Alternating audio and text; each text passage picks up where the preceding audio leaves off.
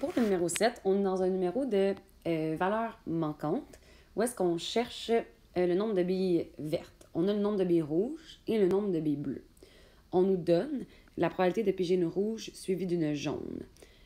Ça, par contre, ça ne va pas vraiment nous aider pour l'instant, dans le fond, ici, là, celui-là, parce qu'on ne connaît pas le nombre de billes jaunes, fait qu'on a un inconnu ici, puis on ne connaît pas le nombre de billes au total. Donc là, on a comme deux inconnus, fait que ça ne nous aide pas vraiment à trouver rien. Par contre, si on regarde la deuxième probabilité qui est là, le 7 sur 44, c'est la probabilité de piger une rouge suivie d'une bleue.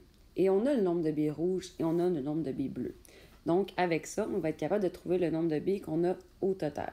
Donc, je commence avec le fait que je sais que 7 sur 44, c'est égal à la probabilité de piger une rouge suivie d'une bleue. C'est ça qu'ils disent ici. Après ça, ce que je vais faire, dans le fond, c'est que je vais remplacer la probabilité de piger une rouge suivie d'une bleue par le calcul que j'aurais fait si je ne connaissais pas la réponse. Donc, ici, c'est une expérience qui est en deux étapes. Donc, on pige une rouge et ensuite une bleue. Donc, c'est une multiplication de deux fractions. Après ça, ce qu'on ferait, dans le fond, c'est quoi les chances de prendre une rouge au premier tirage? Bien, j'ai 14 billes rouges en tout sur mon nombre de billes au total que je ne connais pas. Donc, je mets X. Et ensuite, je me demande, la deuxième fois que je me mets dans mon sac, c'est quoi les chances que je prenne une bille bleue? Bien, j'ai 2 billes bleues dans mon sac, j'en ai encore 2. Et ensuite, le tirage est fait avec remise. Ça veut dire que mon nombre de billes dans mon sac n'a pas changé. Fait que je peux mettre la même variable parce que le nombre, c'est le même. À partir de là, ce qu'on va aller faire, dans le fond, c'est qu'on va aller faire une multiplication de fractions ici. Donc, vous ne pouvez pas faire de produit croisé ici, puisqu'il faudrait qu'il y ait un égal entre. Il faudrait que ce soit comme 14 sur x égale à 2 sur x. Vraiment, ça ne ferait pas de sens. Mais ici, là, c'est vraiment un fois qui entre. Donc, il faut qu'on fasse la multiplication. 14 fois 2, ça donne 28. X fois x, x à la 2. Et à partir de là, on a une fraction égale à une autre fraction. Donc, on peut faire notre produit croisé. Donc, 7 fois x à la 2, donc 7x à la 2, égale à 14 fois 28. 14 fois 28, ça donne 4032. Ici, l'erreur honteuse, c'est de faire la racine carrée en premier. La racine carrée, c'est toujours ce que vous faites à la fin. Donc, on va aller diviser par 7 en premier des deux côtés, ce qui me donne ça.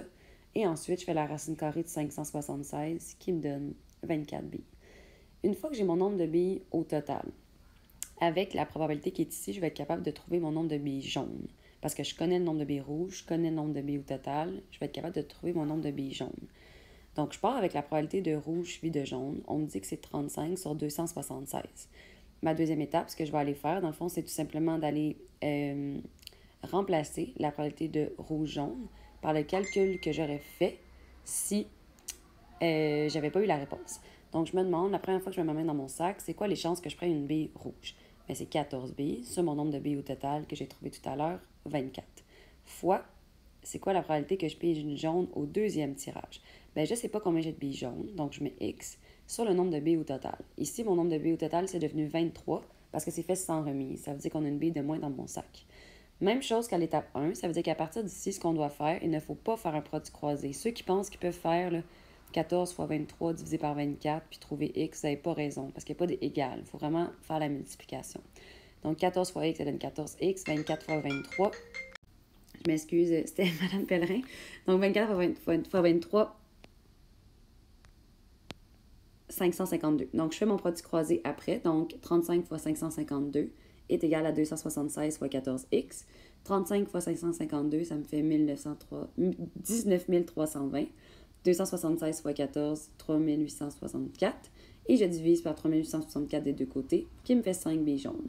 Et ensuite, dans le fond, pour savoir mon nombre de billes vertes, bien, je sais que j'ai 24 billes au total. J'ai 14 billes rouges, 2 billes bleues et 5 billes jaunes. Donc, j'ai juste à enlever 14 billes bleues, 2 billes rouges, 5 billes jaunes. Et je vais avoir mon nombre de billes vertes.